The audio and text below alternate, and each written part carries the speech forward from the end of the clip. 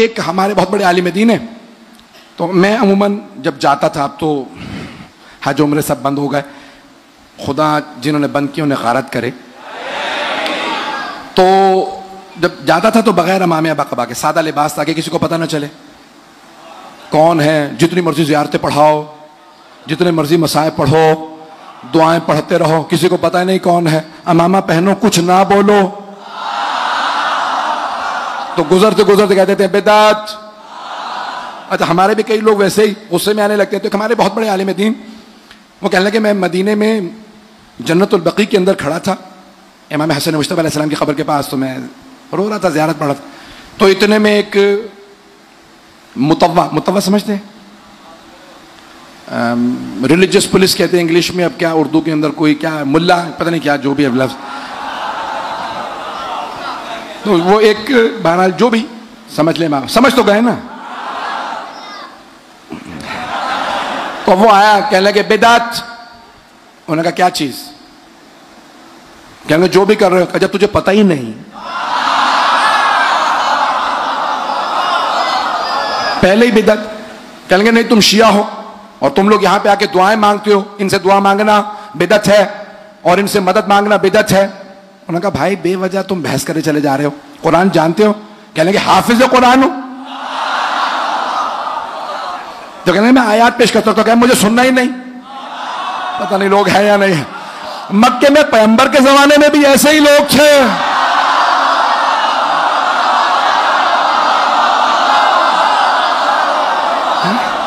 آج بھی ایسے ہی ہیں، کہ مجھے سننا ہی نہیں، کہا جتنی مرضی آیتیں پڑھتے رہو میں سنوں گا ہی نہیں۔ تو کہنے لگے کہ میں کھڑا تھا، اس نے میرے جیب سے پین نکال کے پھینک دیا، پین قلم تھا، نکالا پھینکا، کہا اگر یہ مدد کر سکتے ہیں تو ذرا کہہ اپنے حسن سے تجھے قلم اٹھا کے دے دیں۔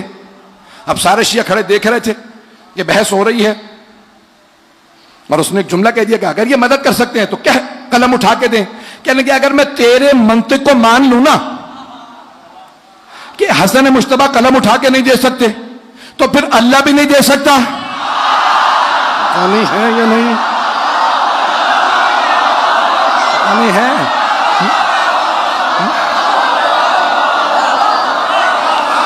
کہ بدبخت انسان اگر تیری منطق مان لوں، تیری دلیل مان لوں کہ مولا حسن مجتبی نے قلم اٹھا کے نہیں دیا، تو ذرا اللہ سے کہ قلم اٹھا کے دے دے۔ کہ اب چہرے پہ پورے 12 بج گئے،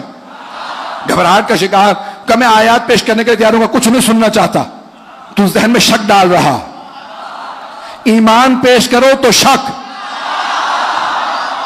نہ جانے کس کے ماننے والے ہیں، انہیں شک کے سوا کچھ نظر ہی نہیں آتا۔ فیضان گرامی اب آئیں تو کہا پہ کیوں مدد مانگ سکتے ہیں ان سے، قرآن کہہ رہا مدد مانگو۔ ایک اور دلیل پیش کر دوں، ایک ہے جیسے عیسائی کہتے ہیں چاہے اللہ سے مانگو، چاہے اللہ کے بیٹے عیسیٰ سے مانگو، چاہے روح قدس، یہ ہے شرک کہ سب برابر ہیں اللہ کے۔ لیکن اگر کہیں کہ نہیں میں نے دونوں شکلیں بنائی ہیں، ایک ہے کہ جب سب کو برابر رکھ دے، لیکن اگر کہ نہیں اللہ ان کا بھی خدا ہے، توجہ ہو، اللہ ان کا بھی خدا ہے، محمد کا بھی، علی کا بھی، فاطمہ حسن حسین علیہ الصلوۃ والسلام، اب آپ ان سے مانگیں تو کہیں کہ پروردگار سے لے دو، اللہ سے کہیں تو ان کا واسطہ دے، ان سے کہیں تو اللہ کا واسطہ۔ تو بھائی کہتے بھائی اگر انہوں نے اللہ ہی سے لے کے دینا ہے تو اللہ سے مانگ لو۔ کئی مرتبہ دنیا میں آپ جاتے ہیں، کہتے ہیں بیٹا ساتھ چلو، تمہارے بابا سے کام ہے، سفارش لگا دینا، تمہاری بات رد نہیں ہوگی۔ آل محمد اللہ کے خاص بندے ہیں، ہماری رد ہو جاتی ہے ان کی نہیں۔